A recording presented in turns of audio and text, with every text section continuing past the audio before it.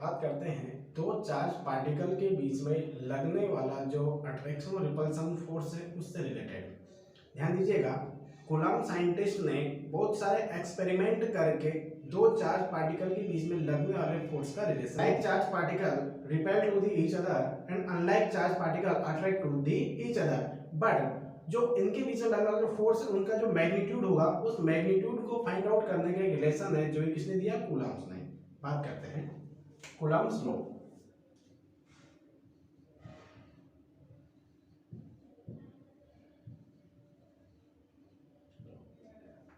अगर हम इसके स्टेटमेंट की बात करें तो इसका स्टेटमेंट यह होगा कि magnitude of the electric force between two charge particle is directly proportional to the product of charge and inversely proportional to the square of the distance between them.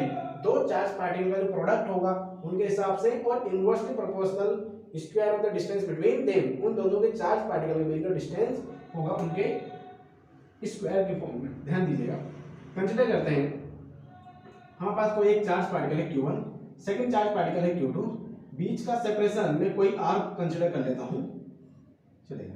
अब अगर दोनों लाइक चार्ज पार्टिकल है, दोनों क्या है, like charge particle, दोनों positive charge particle है, तो ये कर क्या रहे हैं, एक दूसरे को रिपेल कर रहे हैं। रिपेल करने का जो फोर्स का जो अमाउंट होगा उस फोर्स का अमाउंट क्या होगा, तो अकॉर्डिंग टू स्टेटमेंट देखते हैं तो electric force between two charge particles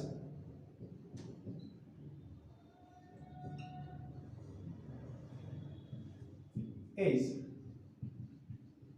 directly proportional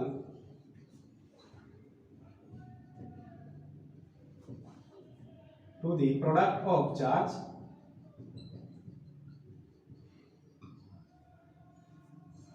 and inversely proportional to the square of the distance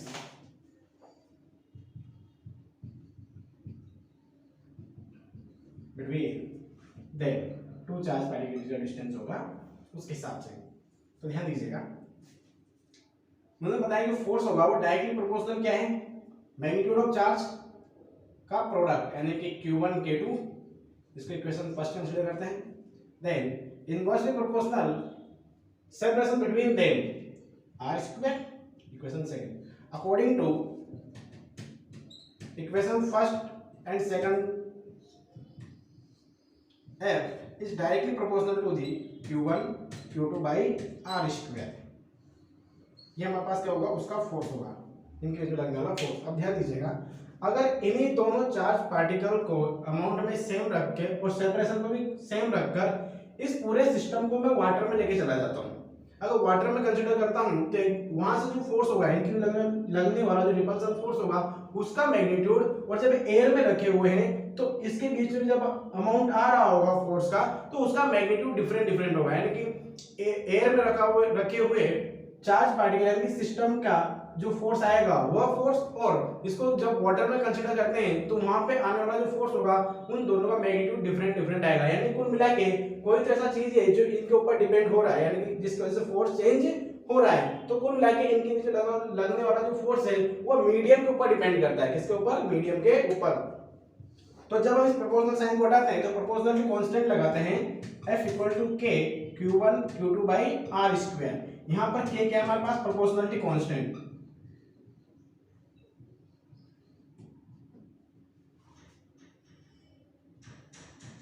proportionality constant है, और इस K का जो अमाउंट होता है वो होता है 1/4 pi epsilon naught epsilon R। ध्यान दीजिएगा, और अगर इस K का अमाउंट फॉर एयर के लिए कंसीडर करते हैं तो इस एयर के लिए इसका अमाउंट होगा 1/4 pi epsilon not, that is इसका जो अमाउंट होगा वो 9 × 10⁹ होगा। अब ध्यान दीजिएगा, हमें K का यूनिट चाहिए, अमाउंट तो आ चुका है, अब K का यूनिट क्या होगा, K का यूनिट क्या होगा, तो जी हम क्या यूनिट को फोर्स फॉर्मूले से निकालते हैं क्या, तो ध्यान देना यूनिट ऑफ K कितना होगा, अगर मैं यहां से K का यूनिट निकालूं तो F R square upon Q1 Q2 that is force का यूनिट क्या होगा, newton metre square upon coulomb square, that is यानी कि newton metre square upon coulomb square, इसका unit newton metre square upon coulomb square, ये इसका unit होगा। और ये जो अमाउंट होता है किसके होता है, एयर के लिए, 9 × 10⁹9। चलिए आगे बात करते हैं।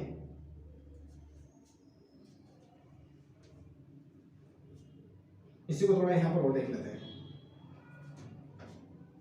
ध्यान ना मारो, यहाँ पर एप्सिलॉन आ रहा है, एप्सिलॉन और एप्सिलॉन नॉट, इनको देखते हैं। हमारे पास यहाँ पर जो एप्सिलॉन है, एप्सिलॉन नॉट, इसको हम बोलते हैं परमिटिविटी ऑफ फ्री स्पेस।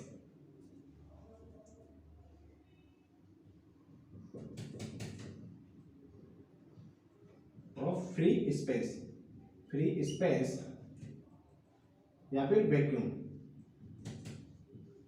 ठीक है।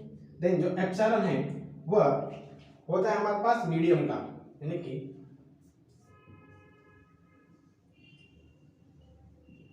परमिटिविटी ऑफ मीडियम, मीडियम कुछ हो सकता है, यहाँ पर ग्लास हो सकता है, वाटर हो सकता है, ऑयल हो सकता है, एनीथिंग। देन एक बार हमारे पास एप्सिलॉन आर, ये होता है हमारे पास relative permittivity, relative permittivity of medium. हम इसको डाइलेक्ट्रिक कांस्टेंट भी बोलते हैं,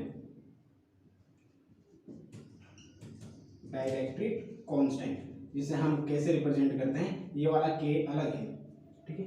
अगर वापस से बात करें तो हमारे पास जो रिलेटिव परमिटिविटी होगी तो इसको हम यहां पर देखते हैं। इस रिलेटिव परमिटिविटी को मैं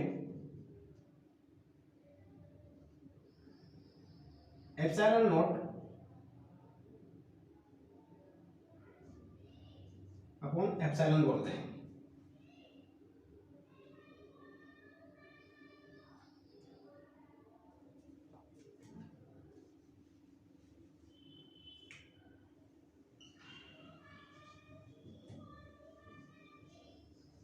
एप्सिलॉन नॉट, तो ध्यान दीजिएगा हमारे पास यहाँ से ये जो है वो मीडियम का परमिटिविटी है और ये क्या है, फ्री स्पेस का परमिटिविटी, दैट इज कि यहाँ से epsilon equal to epsilon naught epsilon r हो जाएगा क्या, यानी कि मीडियम का परमिटिविटी, मीडियम का। ध्यान देना हमने यहाँ पर ये वाला अमाउंट रखा हुआ है, यानी किसी मीडियम का, और यहाँ पर हमने एप्सिलॉन आर को 1 इसलिए माना क्योंकि हम एयर के बारे में बात करें, और एयर के बारे में जो रिलेटिव परमिटिविटी होता है उसका अमाउंट 1 होता है। इनका अमाउंट भी देख लेते हैं।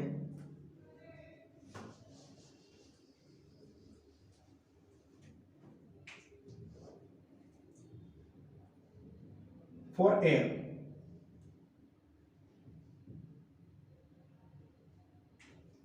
इसको ऐसे लिखते हैं,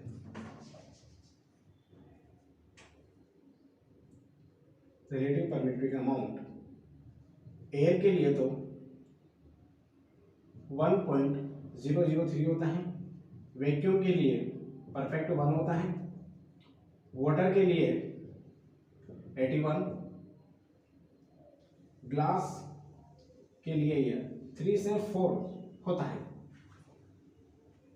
चलिए, तो यहां तक आपको ये फॉर्मूला समझ में आया होगा। अब इसकी वजह से जो भी हम चार्ज पार्टिकल में लगने वाला फोर्स होता है उसको फाइंड आउट करते हैं। तो हमारे पास मेन फॉर्मूला ये है, जो फोर्स होगा वो क्या होगा, K/Q1Q2/r²। अब यहाँ पे K का अमाउंट यहाँ से फाइंड आउट कर देंगे, यहाँ से फाइंड कर देंगे। ये डिपेंड करता है मीडियम के ऊपर कि मीडियम कौन सा है। अगर हमारे पास सिंपल मीडियम दिया हुआ है एयर या वैक्यूम, तो हमें फाइनल करना क्या है, 9 × 10⁹ प्लेस करना है किसी भी न्यूमेरिकल वैल्यू, किसी भी न्यूमेरिकल में। अगर कोई मीडियम देता है तो मीडियम के लिए हमें हुआ या तो रिलेटिव परमिटिविटी दिया हुआ होगा उसका, या फिर परमिटिविटी ऑफ मीडियम का कोई अमाउंट दिया हुआ होगा। चलिए आगे बात करते हैं, इसको हम कंपेयर करते हैं। जैसे कि मान लेते हैं अभी जो हमने बात करी, अगर मान लो एक सिस्टम है, 2 चार्ज पार्टिकल का किसी सेपरेशन का, उसको हम एक बार एयर में रखना है, एक बार किसी मीडियम में रखते हैं, यानी कि हमने वाटर के बारे में बात करी थी, वाटर में रखते हैं, तो वहां का जो अमाउंट आएगा फोर्स का, वो दोनों का डिफरेंट होगा।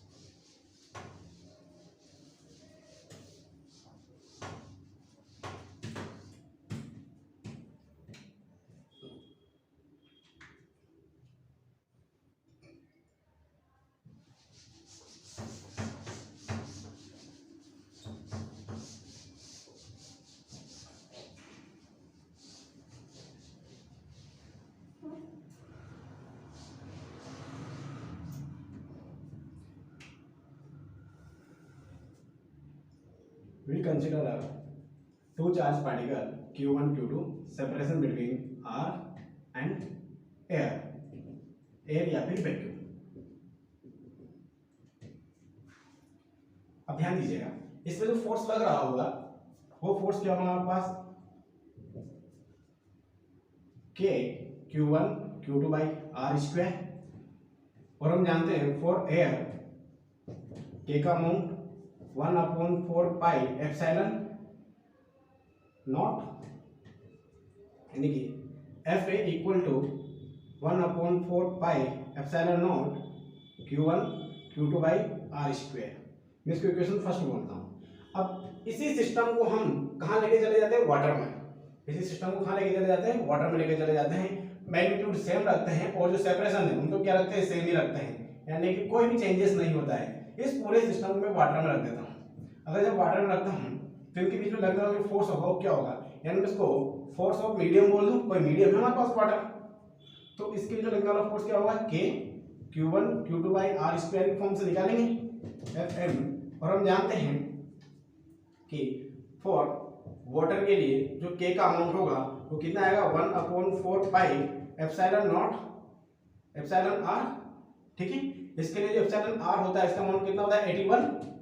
ध्यान दीजिएगा, तो 1/4 pi epsilon naught epsilon r की जगह क्या प्लेस करूंगा मैं, 81, then Q1 Q2 by r square, equation number second. अब हम कंपेयर करते हैं, यानी divided by equation first divided by second, equation first divided by second, ऐसा कर देते हैं। यानी कि force in air divided by force in medium यानी कि वाटर, इसका amount 1/4 pi epsilon naught Q1 Q2 by r square divide by 1/4 pi epsilon naught 81 Q1 Q2 by r square. यहाँ से हमारे पास FA/FM इक्वल टू हो जाएगा 81, यानी कि एयर में लगने वाला जो फोर्स है वह मीडियम में लगने वाले फोर्स का 81 टाइम होगा। यानी कि हमारे पास जो एयर में फोर्स लग रहा है उसका अमाउंट ज्यादा आएगा एज कंपेयर टू वाटर।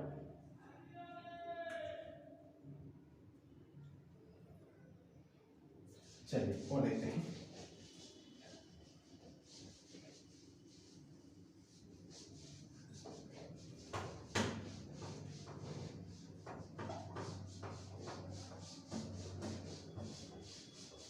अभी हमने रिलेटिव परमिटिविटी के बारे में बात करी। जो रिलेटिव परमिटिविटी है उसको हम क्या बोलते हैं, डाइलेक्ट्रिक कांस्टेंट भी बोलते हैं। तो इसका जो डेफिनेशन बनेगा वो कहां से बनेगा, सिंपल है, जो हमने फॉर्मूला देखा, रिलेटिव परमिटिविटी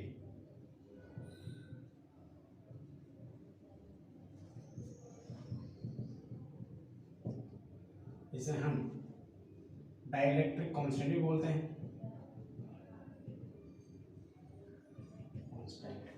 ठीक है, यानी कि एप्सिलॉन आर। अब होता क्या है, ध्यान दीजिएगा, relative permittivity is the ratio of electric permittivity of medium to the electric permittivity of free space. देखिए, it is the ratio of electric permittivity of medium to electric permittivity of free space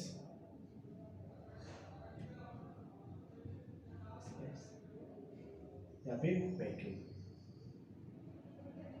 ठीक है, ध्यान दीजिएगा, epsilon R क्या हमारे पास, ये तो medium का परमिटिविटी और ये वैक्यूम का ये होगा। और हम जानते हैं कि हमारे पास जो एप्सिलॉन नॉट है हमें उसका अमाउंट निकालना हो तो कैसे निकालेंगे, इसका जो अमाउंट है हम फाइनली क्या हम K का अमाउंट देख के आएंगे क्या, फॉर एयर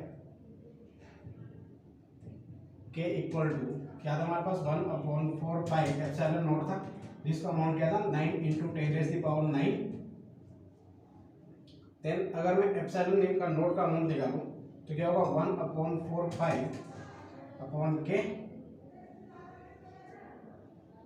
मल्टीप्लाई के फॉर्म में, देन 1/4 इंटू 3.14 इंटू 9 इंटू 10⁻⁹। तो यहाँ जो एप्सिलॉन नॉट है उसका अमाउंट आ जाता है हमारे पास 8.85 इंटू 10⁻⁻12। अब इसका जो यूनिट होगा क्या होगा, इसका यूनिट वो होगा जो हमारे पास के का था। के का यूनिट क्या था हमारे पास, इसका था हमारे पास newton metre square upon coulomb square. तो डिवाइड में जा रहा है, जो के है वो क्या हो रहा है, ये डिवाइड में है, तो इसका जो यूनिट होगा वो के का इनवर्स हो जाएगा, यानी कि coulomb square upon newton metre square. ये हमारे पास एप्सिलॉन नॉट है। चलेगा और आगे बात करते हैं। अब कूलम्स लॉ का जो लिमिटेशन है वो देखते हैं।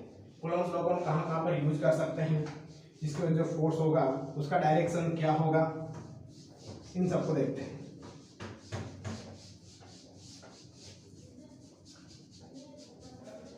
कूलम्स लॉ को हम डायरेक्टली कहाँ पर यूज कर सकते हैं और कहाँ नहीं कर सकते हैं वो भी आएगा इसमें। तो नेक्स्ट हमारे पास लिमिटेशन ऑफ कूलम्स लॉ। चलिए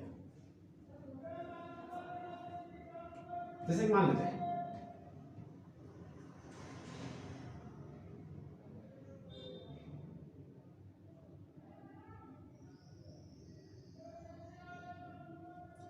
हमारे पास एक पॉइंट चार्ज है Q2, देन हमारे पास एक हम कोई लेंथ का रोड कंसीडर कर लेते हैं जो कि पॉजिटिवली चार्ज है, यानी कोई हमारे पास रोड है L लेंथ का जो क्या है पॉजिटिव चार्ज है। कोई टोटल बोल रहा हूँ, टोटल चार्ज क्यों है। अब ये जो टोटल चार्ज है पूरी लेंथ पे डिस्ट्रीब्यूट हो रहा होगा, कुछ अमाउंट में चार्ज यहाँ पर होगा, कुछ अमाउंट में चार्ज यहाँ होगा, कुछ यहाँ पर, कुछ यहाँ पर, फाइनली यहाँ पर, यानी पूरी लेंथ में डिस्ट्रीब्यूट हो रहा होगा। अब ये जो बॉडी है, जो चार्ज बॉडी है, इस पे जो फोर्स लगा रहा होगा वो क्या होगा, ध्यान दीजिएगा। फिलहाल यहाँ से जो सेपरेशन है उसको मैं R कंसीडर कर लेता हूँ। अब ये वाला जो चार्ज पार्टिकल है ये भी इससे फोर्स लगा रहा होगा, ये वाला जो चार्ज पार्टिकल है ये भी इससे फोर्स लगा रहा होगा, ये वाला जो चार्ज पार्टिकल है इससे फोर्स लगा रहा होगा, यानी पूरे लेंथ में जितना भी चार्ज डिस्ट्रीब्यूट हो रहा है वो इससे फोर्स लगा रहा होगा। लेकिन सबका जो सेपरेशन हो डिफरेंट डिफरेंट होगा। इसका कोई बोल देता हूँ कोई R1 होगा, इसका कोई R2 होगा, इसका कोई R3 होगा। देन फाइनली मैं बोल सकता हूँ क्या कि मेरे पास जो R3 है वो R2 से बड़ा होगा और R2 R1 से बड़ा होगा, यानी कि हमारे पास जो सेपरेशन में चेंजेस हो रहा है, यानी कि हम यहाँ पे जो फोर्स, जो कूलम्स फोर्स है K Q1 Q2 by R square, हम इसको डायरेक्टली यूज नहीं कर सकते हैं। यानी कि ये जो फोर्स है, ये जो फॉर्मूला है, ये केवल दो पॉइंट चार्ज के बीच में ही एप्लीकेबल होगा। अगर हमारे पास उसका कोई लेंथ दिया हुआ है, कोई ज्योमेट्री है, तो उसके ऊपर डायरेक्ट अप्लाई नहीं कर सकते हैं। तो उसका फर्स्ट लिमिटेशन यही है, it is applicable only point charges. जो कूलम्स लॉ है वह पॉइंट चार्ज पर ही एप्लीकेबल होगा। अगर उसके अलावा कोई लेंथ आ जाता है, कोई डिस्क आ जाता है, कोई सरफेस आ जाता है, तो हम उसको डायरेक्टली यूज नहीं करेंगे। और देखिएगा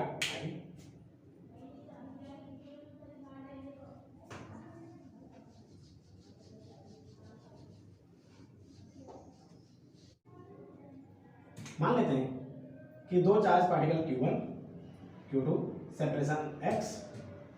अब ये वाला जो चार्ज पार्टिकल इसके ऊपर फोर्स लगा रहा होगा और ये वाला चार्ज पार्टिकल है वो भी इसके ऊपर फोर्स लगा रहा होगा। दोनों लाइक चार्ज पार्टिकल है, दोनों क्या है, लाइक चार्ज पार्टिकल है। तो क्या करेंगे, रिपेल कर रहे होंगे। तो ये वाला चार्ज पार्टिकल इसके ऊपर फोर्स लगा रहा होगा वो इधर होगा, यानी कि फोर्स ऑन 2 ड्यू टू 1। ये वाला चार्ज पार्टिकल इसको इधर रिपेल कर रहा होगा, यानी कि फोर्स ऑन 1 ड्यू टू 2। अब ध्यान दीजिएगा कि हमारे पास इनका जो मैग्नीट्यूड आएगा 1 2 का मैग्नीट्यूड कितना होगा k q1 q2 by x square, और 2 1 का जो मैग्नीट्यूड आएगा वो भी क्या होगा k q1 q2 by x square. यानी कि मैं बोल सकता हूं कि f21 इक्वल टू f12 होगा, यानी कि मैग्नीट्यूड सेम होगा बट डायरेक्शन क्या होगा, डिफरेंट डिफरेंट। ये इसको इधर रिपेल कर रहा है तो ये वाला इसको इधर रिपेल कर रहा होगा, यानी कि एक तो नेगेटिव होगा, क्या होगा, पॉजिटिव होगा। तो हम क्या इसको ऐसा बोल सकते हैं क्या कि दो चार्ज पार्टिकल है, दो चार्ज पार्टिकल लगने वाला जो फोर्स उसका मैग्नीट्यूड सेम है बट डायरेक्शन क्या है, डिफरेंट डिफरेंट है, तो क्या हम इसको एक्शन रिएक्शन पेयर बोल सकते हैं क्या? हाँ बिल्कुल बोल सकते हैं। तो यहाँ पर इसका सेकंड पॉइंट यही है।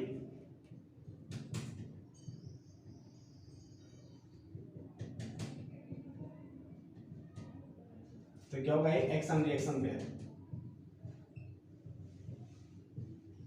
एक्शन रिएक्शन पेयर के लिए क्या जरूरी है कि दो डिफरेंट बॉडी होना चाहिए, मैग्नीट्यूड सेम होना चाहिए फोर्स का, और जो फोर्स का जो डायरेक्शन वो डिफरेंट डिफरेंट होना चाहिए।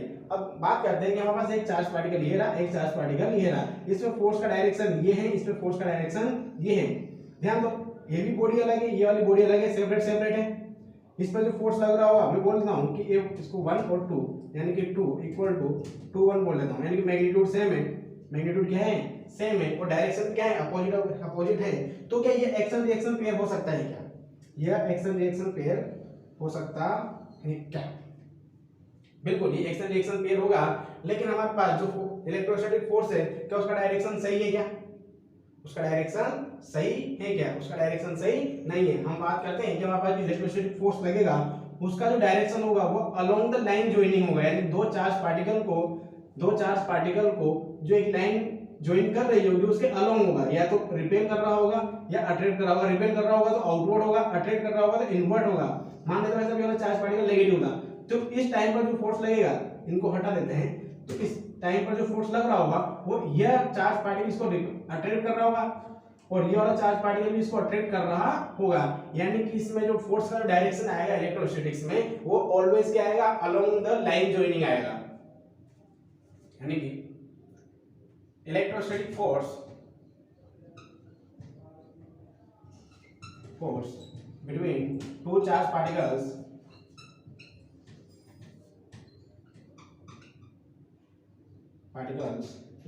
is always along the line joining। ये होगा। चलिए और आगे बात करते हैं।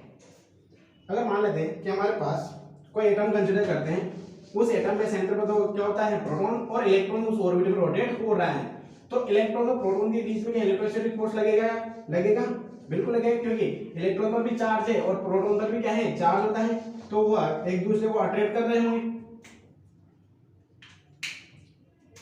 जैसे कि ये कोई प्रोटॉन है, इसके अराउंड एक ऑर्बिट है, इस ऑर्बिट में ये इलेक्ट्रॉन मूव कर रहा है, ठीक है। तो ये नेगेटिव चार्ज है और ये पॉजिटिव चार्ज है, इसमें इलेक्ट्रोस्टैटिक फोर्स लग रहा होगा toward the centre electrostatic force लग रहा है। अब ध्यान दीजिएगा, ये जो इलेक्ट्रोस्टैटिक फोर्स है, अब ये चार्ज पार्टिकल इलेक्ट्रॉन है, ये ऑर्बिट में रोटेट कर रहा है, तो इस फोर्स के द्वारा इस पर किया गया जो वर्क है वो क्या होगा, यानी कि electrostatic force electron orbit rotate कर रहा है, तो उसके द्वारा किया गया वर्क क्या होगा, तो वो वर्क होगा हमारे पास कितना, 0। वो 0 क्यों होगा, ध्यान दीजिएगा, क्या हमारे पास ये पूरी ऑर्बिट रोटेट कर रहा है क्या, और हम जानते हैं फोर्स क्या वर्क क्या होता है हमारे पास, फोर्स इनटू डिस्प्लेसमेंट, है ना। अगर मैं छोटा सा सेगमेंट लेता हूं तो ये एकदम स्ट्रेट आएगा क्या, यानी डिस्प्लेसमेंट होगा, यानी मैं इसको कोई dl बोल सकता हूं। तो यहाँ जो वर्क होगा वो क्या होगा हमारे पास, F डॉट dl cos थीटा। इन दोनों के बीच का एंगल कितना है, 90 डिग्री, cos 90। और हम जानते हैं, ध्यान दीजिएगा, जब चार्ज पार्टिकल यहाँ से यहाँ आ जाएगा तब भी क्या दोनों के बीच का एंगल क्या 90 रहेगा क्या, यहाँ होगा तब भी दोनों के बीच का एंगल कितना रहेगा, 90 होगा। कहीं भी अगर चले जाओ आप तो लेंथ यानी जो डिस्टेंस है और इलेक्ट्रोस्टैटिक फोर्स लग रहा है उसका जो एंगल होगा वो क्या होगा, हमेशा 90 डिग्री होगा। दैट इज यहाँ से वर्क डन होगा क्या होगा, 0 होगा, क्योंकि फोर्स 90 कितना होता है। तो हम यहाँ से बोल सकते हैं कि इलेक्ट्रोस्टैटिक फोर्स कंजर्वेटिव नेचर का है। अगर कंजर्वेटिव नेचर का है तो इलेक्ट्रॉन किसी ऑर्बिट रोटेट हो रहा है तो उस पर किया गया वर्क क्या होगा, 0 होगा। तो नेक्स्ट हमारे पास electrostatic force is conservative, that is work done by the force on charge in a moving closed loop। Is zero, यानी क्लोज लूप पे किया गया वर्क क्या होगा, जीरो होगा। और देखते हैं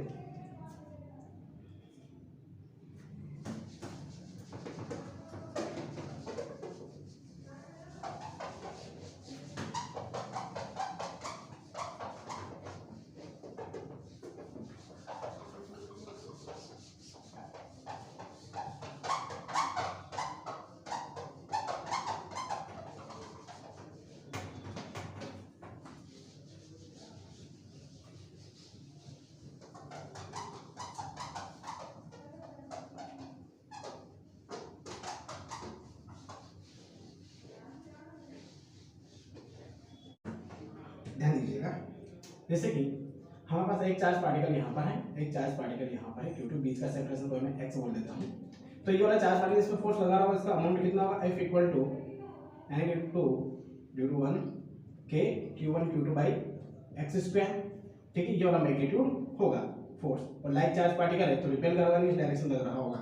अब मानते हैं कि अगर कोई चार्ज पार्टिकल आ जाता है जो कि यहाँ पर रखा हुआ है r डिस्टेंस पर, तो ये वाला चार्ज पार्टिकल इसमें फोर्स लगा रहा होगा। अगर ये भी पॉजिटिव है तो आउटवर्ड लगाएगा, यानी कि इसमें जो फोर्स आएगा इसको कोई 3 कंसीडर करता हूं, Q3, यानी कि force on third due to first is K Q1 Q3 divide by r square.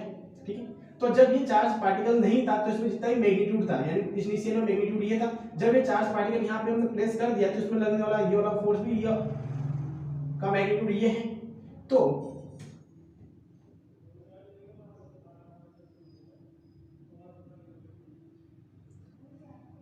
तो ये वाला चार्ज पार्टिकल इस पे फोर्स लगा रहा है और इस पे भी लगा रहा है, तो इनिशियल में जितना फोर्स इस पे लगा रहा था उसमें इस चार्ज पार्टिकल के आने की वजह से कोई फर्क नहीं पड़ेगा। यानी मैं बोल सकता हूं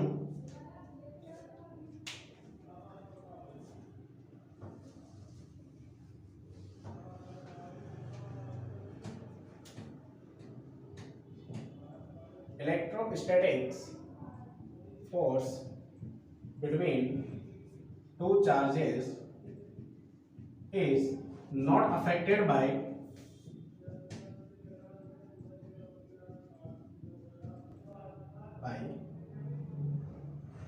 presence or absence of other charge particle.